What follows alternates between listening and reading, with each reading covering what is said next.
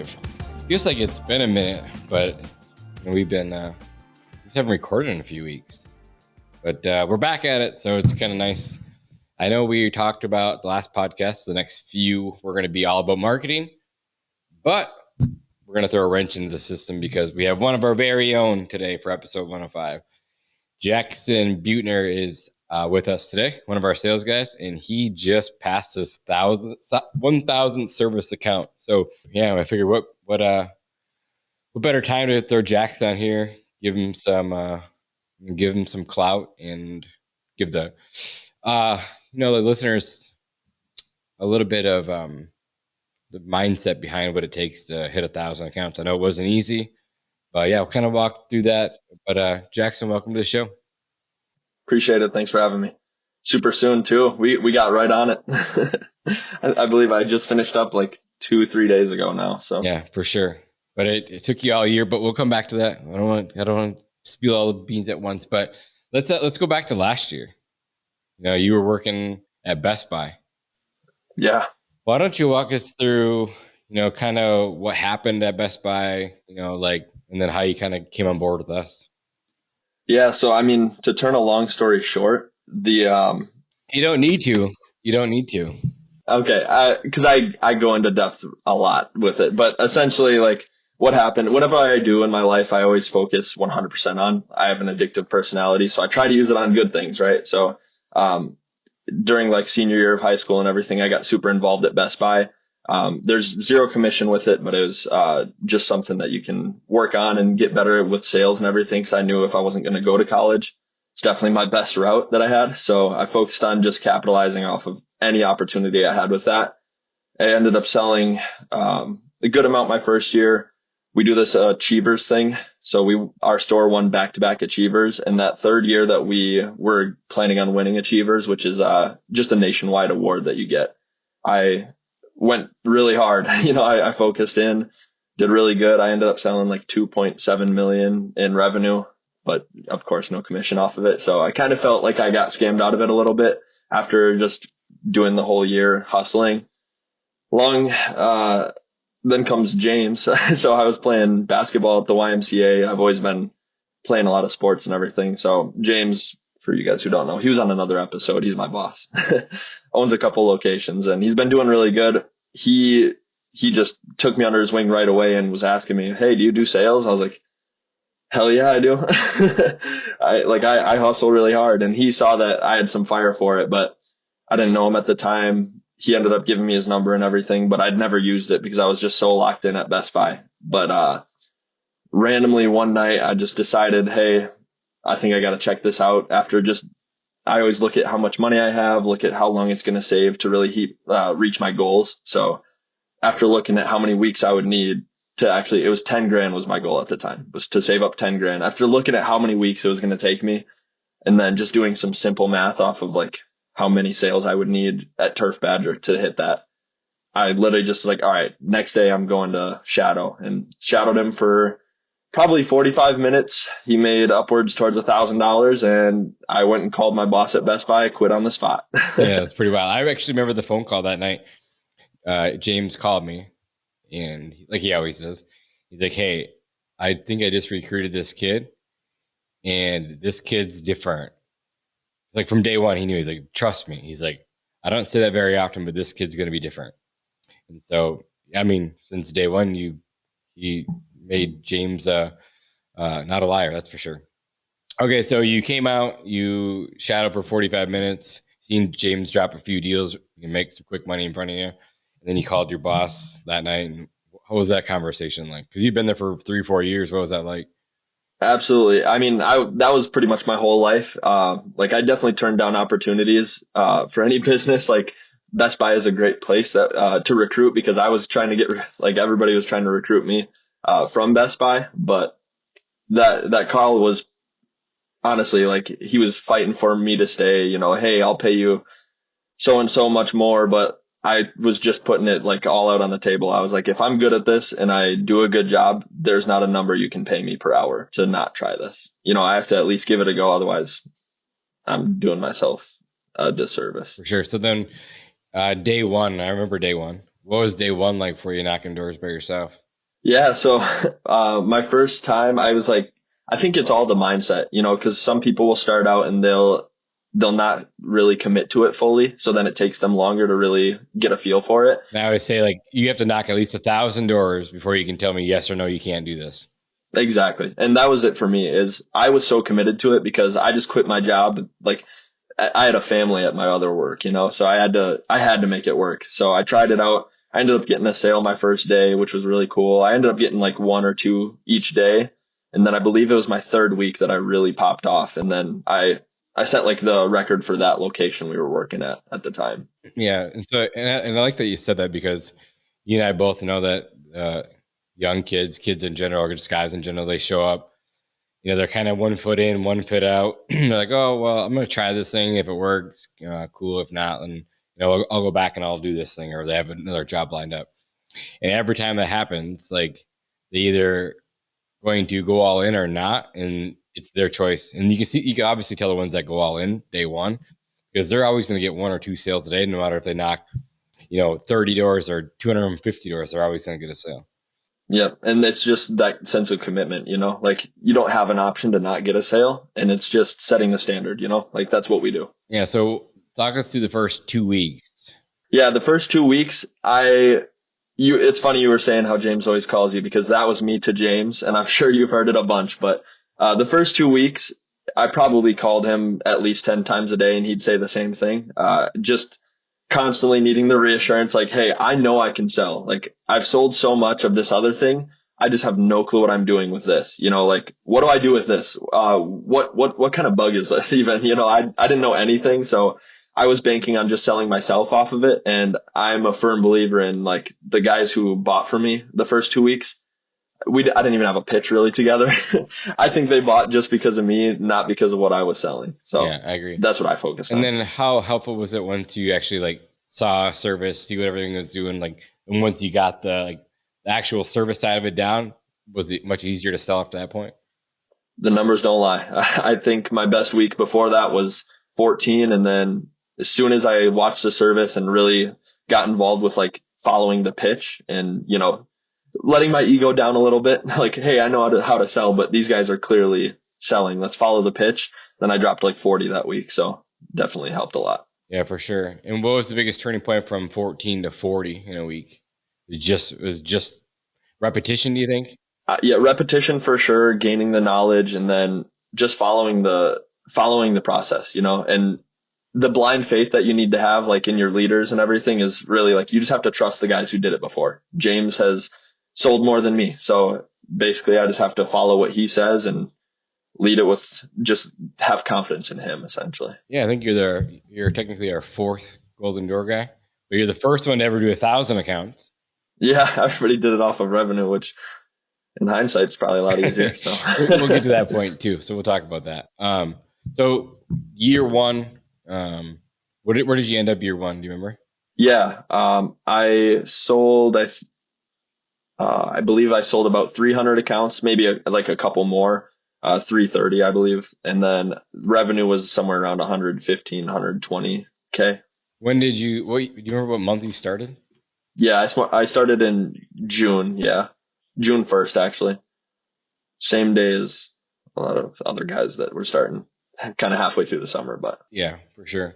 And then at what point, or did you, or even from day one, start looking online to see all the other guys that were knocking doors and find like the industry as a whole? So I was slow to it. I didn't know anything about like the industry. I thought this was something that we were just doing, but let alone like there's a whole industry behind it. Different companies do the similar thing as us. So that was a big transformation from last year to this year. I did all of the work I needed to in the off season with, the podcasts and really diving deep into the door-to-door university and everything. And that really helped a lot. For sure. I agree with that.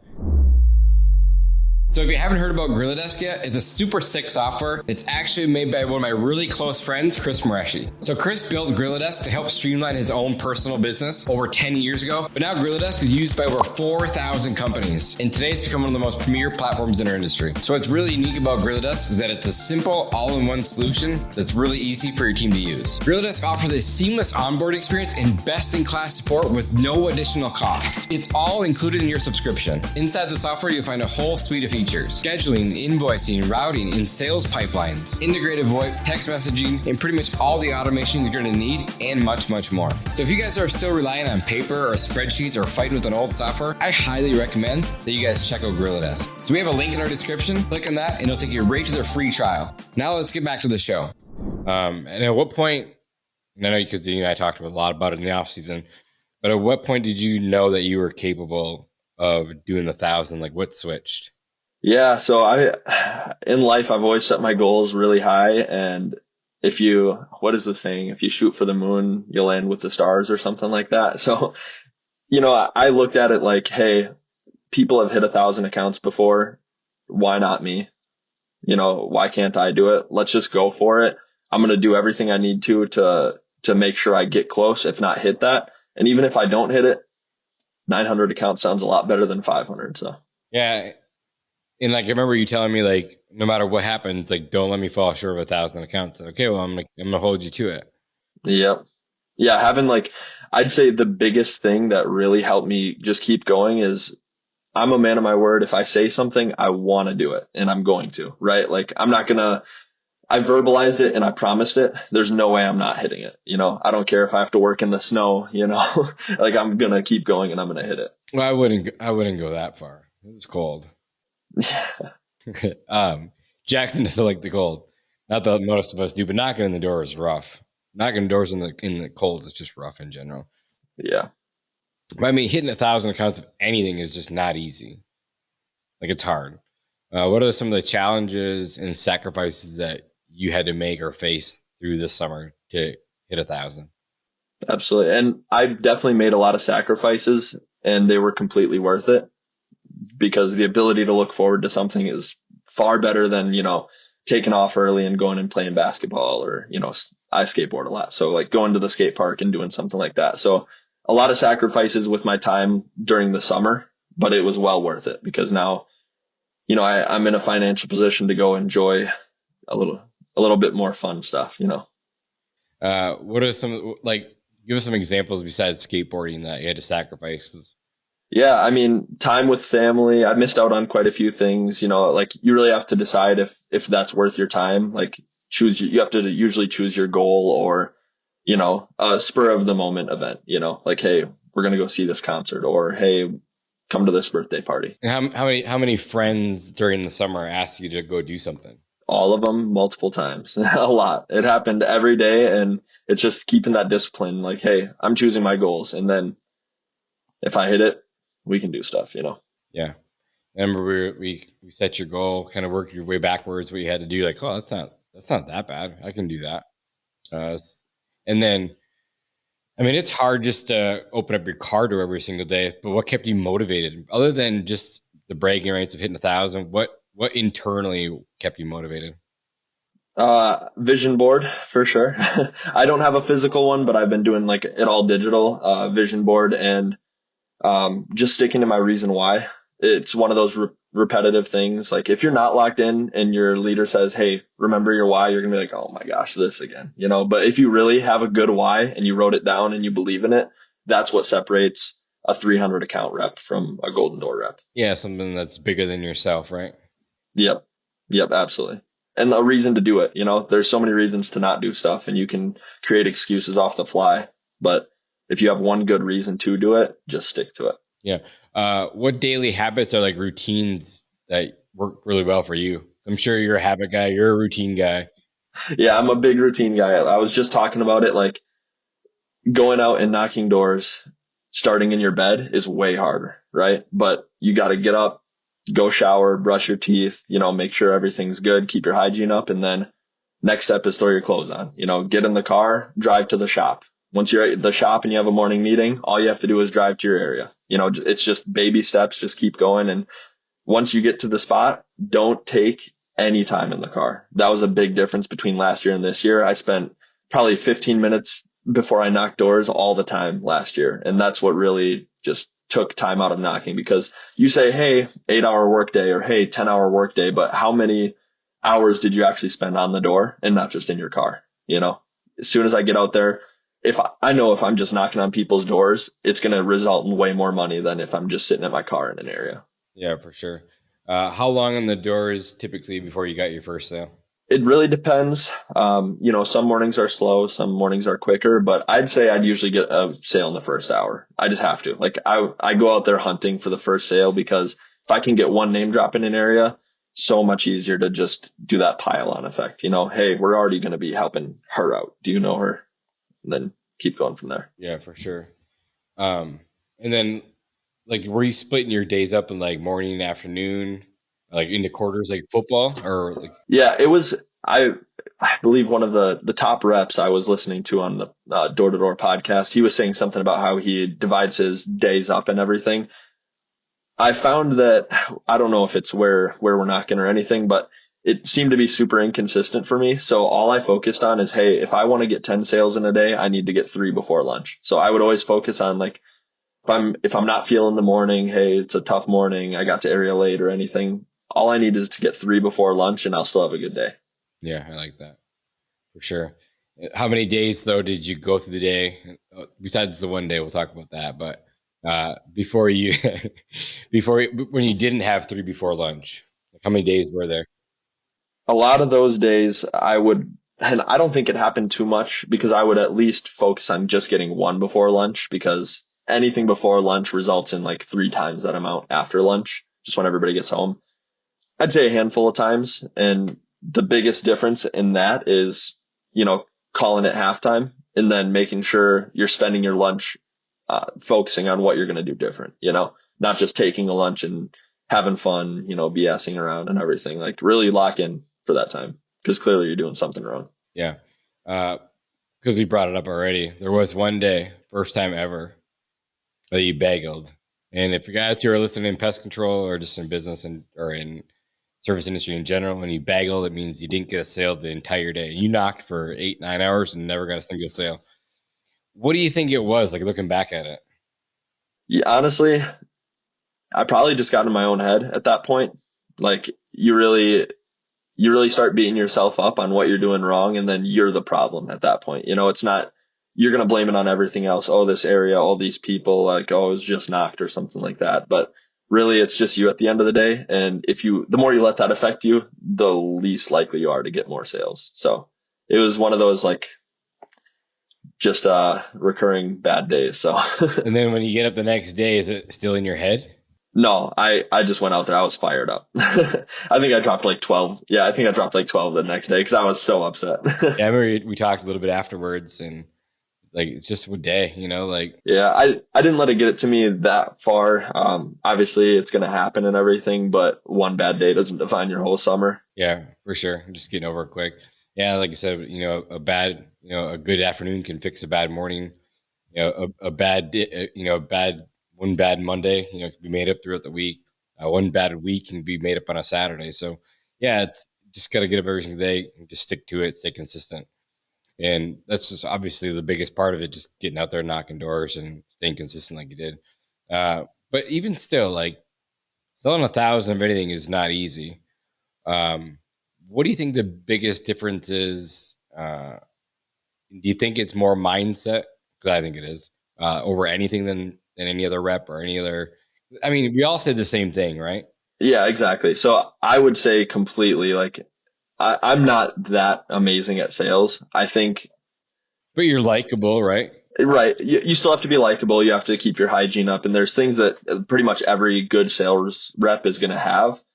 Am I better than everybody else? Absolutely not. Like, I'd say I'm almost less talented than a lot of people. I just follow the discipline, like, do exactly what I need to do and know what works for me. Like, there's plenty of people that, other people are going to sell that I won't, but if I can make up for it with the people that I sell, they're not going to, we're even still. And most people, after a long, 8, 9, 10 hour day, they typically go home, veg out, just hang out, crash. But you weren't that guy. Like, what did you do every single day after work? Yeah. So, and it's been bad for me. I haven't worked out a lot, but instead of working out, it's always been basketball. Like, I don't care what it is. Everybody wants to go home and they're tired and blah. If you're tired after a long day of work, what are the odds that you start getting tired during work? They're really high, right? If I start playing basketball after work, after I'm already tired, my tolerance is going up through the roof and I'm getting my exercise in, I don't feel like my day was all work. I still had a lot of fun. So that's what I mainly did. A lot of basketball and staying active. And you go to basketball and you bring the whole team, a lot of the team guys with you, just go play basketball. And yeah. And then what time would you typically wake up in the morning? And what time do you have meetings? The morning meetings are around 9. So I drive a lot. So I usually have to wake up at like 7:30, drive to the shop, which is like 30, 40 minutes away. So just kind of eat my food. And I'd say a parfait in the morning does you really good. It does. Every single day, all year long. Yeah. I mean, there's those things like, I listen to the same song for like certain months, and like this month I'm listening to this song every morning, or if I need to lock in after lunch, I'm listening to this song. There's just those things that they just flip a switch in your mind. Like, okay, we're playing this song and we're going to lock in. Yeah. And so you knocked into August, knocked into September, and then in October, you messaged me that you hit 1,000 accounts that were sold, right? Sold, yeah. And then you're like, that message that I send you back. Yeah, I knew it was coming. But because we didn't talk about it much after that. You didn't respond, but I knew what you knew. When I sent you that message, like, what went through your head? So I pretty much knew that it was going to be serviced. I just, that was one of those things. Honestly, it's kind of a dull moment for me. Like, it kind of was like a give up moment and like cutting myself short. So I'm glad that like I stayed out and still made it happen, because if there were just 1,000 sold, like, did you really do it at that point? Yeah, no. So what we're saying is, for people that don't know, it's like he went out and sold 1,000 accounts, but there's like 957, roughly. Yeah, like 960 or something like that. So I had like about 40 accounts that were sold, whether it was like a mosquito that I sold this year, but it couldn't be serviced, or, like a fertilizer or something like that. Like, yeah, that couldn't be serviced till next year. So they weren't serviced yet. So they're not really locked in. So, so we had 50 more accounts. It's the middle of what, September? Was it October? Was it September or October? That was actually like just recently. That was like the beginning of November, I believe. Really? So imagine that. Like, it's the middle. It's November. It's like 20 some degrees out. Well, it's pretty warm, actually. We got lucky. So when I say warm here, it was like 40 degrees. Hit 960 accounts that were sold and realized you have 40 more to go. Most people would have been like, just calling it. That wasn't Jackson. Yeah, believe me, there was plenty of voices in my head telling me like, oh, dude, you did it, whatever. Like, who cares? But it's, again, one of those things is like, if I told my mom that, like, hey mom, I sold 1,000, which I did. And she's like, oh my gosh, so proud of you. But then I realized that I didn't really hit the golden door if I didn't get them serviced. Like, that doesn't sit right with me. That sort of like dishonesty is going to bleed into your whole life. So whatever I do, like, I got to do it right, make sure it's done. And if I'm already this far, even if I'm working in December, like, it's only 50 accounts. I've sold how many now? Like, I'll make it happen. Yeah. So you didn't knock in Wisconsin, but what did you do? Yeah, I knocked a couple days here and it got really cold. And then the following week I drove down to our only location down south in Tulsa, Oklahoma. Hung out with those guys and it was a refresher. Those guys are always motivated and I love it. Definitely a possibility for a Golden Door rep down there. Yeah, for sure. But I mean, to be honest, you've been there once already this year. Didn't go so great. No, that was my worst week probably ever. I had like 4 sales, one of them canceled. It was terrible. So an adjustment. We had 50 accounts or 40 accounts left to be sold. You're in a new city, new everything, right? You'd already sold there before. You only sold 4 accounts in a week. But I'm assuming you want to be back by Thanksgiving. So you had a week and a half to go drop 40 accounts. So what changed from the last time you were there to this time? I had a fire under my ass. That's pretty much what it was. Like I need to get it done. Um, I would also say dropping. So like at that point, I've already sold so much. Like, hey, I really feel like I can do anything. So going there, I just had to drop my ego a little bit, realize that that's not where I sold all of my accounts, kind of adapt to the market and, be okay with only dropping, 4 sales a day or, 5 sales a day. Whereas in Wisconsin, I'm used to dropping 10 plus most days. Right. So mainly just really dropping that and learning that market, starting all over from scratch. Yeah, I think it was actually really good for you to learn to sell there too, and you did really well because you did 40 counts in a week and a half when it was. So you get back and then you drove back with the day before Thanksgiving, 2 days before Thanksgiving. Yeah, day before Thanksgiving. Yeah, which is awesome. Because you mentioned your mom, your brother, your sister, your girlfriend, whatever. How important was the supporting cast in all this? Very super important. Like I need my mom for everything. Honestly, like I don't use her for other things. I really just need like that assurance, like I'll tell her and she says, "Hey, good job." And it means the world to me. So like that sort of positive reassurance, I just need that in my life in everybody, like I need that in my friends around me. I need that in, my family, my possible partners and everything. Yeah. When you told your mom that you're quitting Best Buy, what did she say? She was so supportive. All I did was do the math for her and I was like, "Mom, you know how I am. I make things work. If I can make this work, look at the numbers," So, and this year she's cried multiple times after like telling her all the good news and everything. So feels good. She's been believing me the whole time. Yeah, I agree. We must bring up Graham. Oh yeah. My little buddy. He's the best. Graham is how old? He's now 16. When he was knocking this summer, he was 15. He would always tell everybody, "I'm 15 and a half." He's super funny. He's 15 years old, decided he's going to go knock doors. And obviously did very well. He's going to be a gangster. He's already good. But one of the coolest things that happened was you wanted to bring him up to Michigan for a week. And so you asked your mom, I'll let you tell the story. Yeah, I mean, so he knocked, I'd say a month and a half. He had a lot of like obligations a little kid has. So like it was off and on throughout like the second half of the summer, but he ended up selling, I believe like 30 accounts, something like that at first. And then he had to go back to school. Most people, are doing college and everything, but my mom believes in this so much and I've showed her everything that like we can do. And I was just letting her know, "Hey, we're going up to Michigan where it all started. I really want Graham to come with." And she said, "Hey, he has school, but if he can catch up on homework, so be it. Bring him up there with you." And he ended up making it happen. He went up there and he had his best week. So he ended up with like 40 accounts total. Which is awesome. So your mom let him skip school for a week to go knock doors in Michigan, sold 40 accounts on his best week ever at 15 years old. Now, what's his plan for next year? He's coming back. He's moving. So as you know, we're opening a location down in Madison. He's going to come down there, live with me for the summer. He lives, eats and breathes Turf Badger now. He's like, "Dude, he texted me the other day, 'Hey, if I didn't have this job, I'd probably be working at a nursing home or something with Mom.'" He's like, "I love this so much and thank you for the opportunity." So he's locked in for next year. That's cool. How important was, getting the Golden Door Award to you?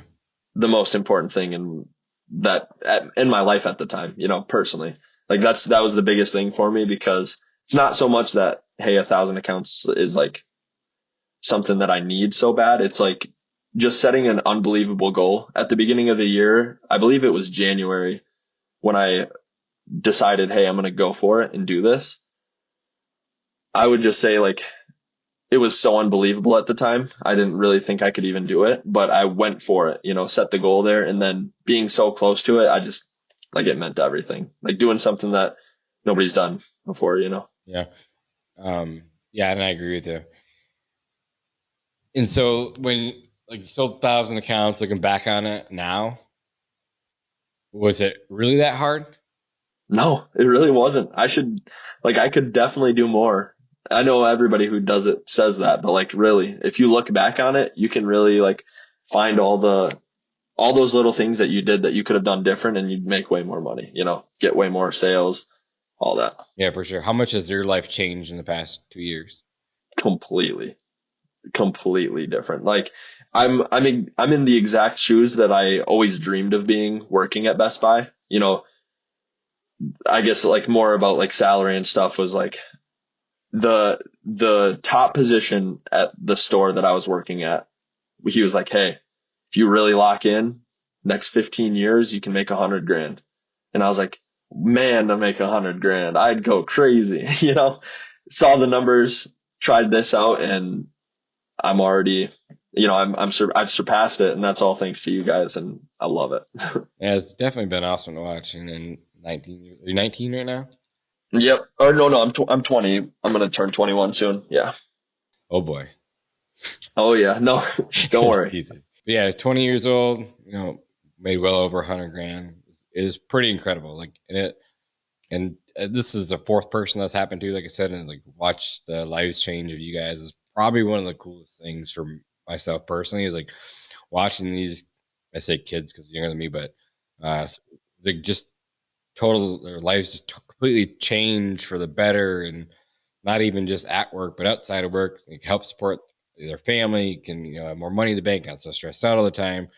Now going on to build a team yourself. So you mentioned it already, but like, what are the goals for let's go with next year. Like, what's your goal for next year? Yeah. So I'll be more so stepping into like the owner position, where I'm really focusing on the team, and we're setting the goals high because I know we can do them. Right. So I'll still be knocking, but I want to make sure that I can kind of take that next step up and bring other people up. I want all my friends. I want my brother to succeed. I want everybody around me to succeed as well. So as a company, we're going to sell 2 mil next year, and I'm going to go for a golden door myself for $650K, unless it goes up. But It might. You never know. Yeah, you never know. But as of now, that's what we're doing. When is Door to Door Con? January, I believe. It's right after our black tie event that we're doing as a company, which is going to be super awesome.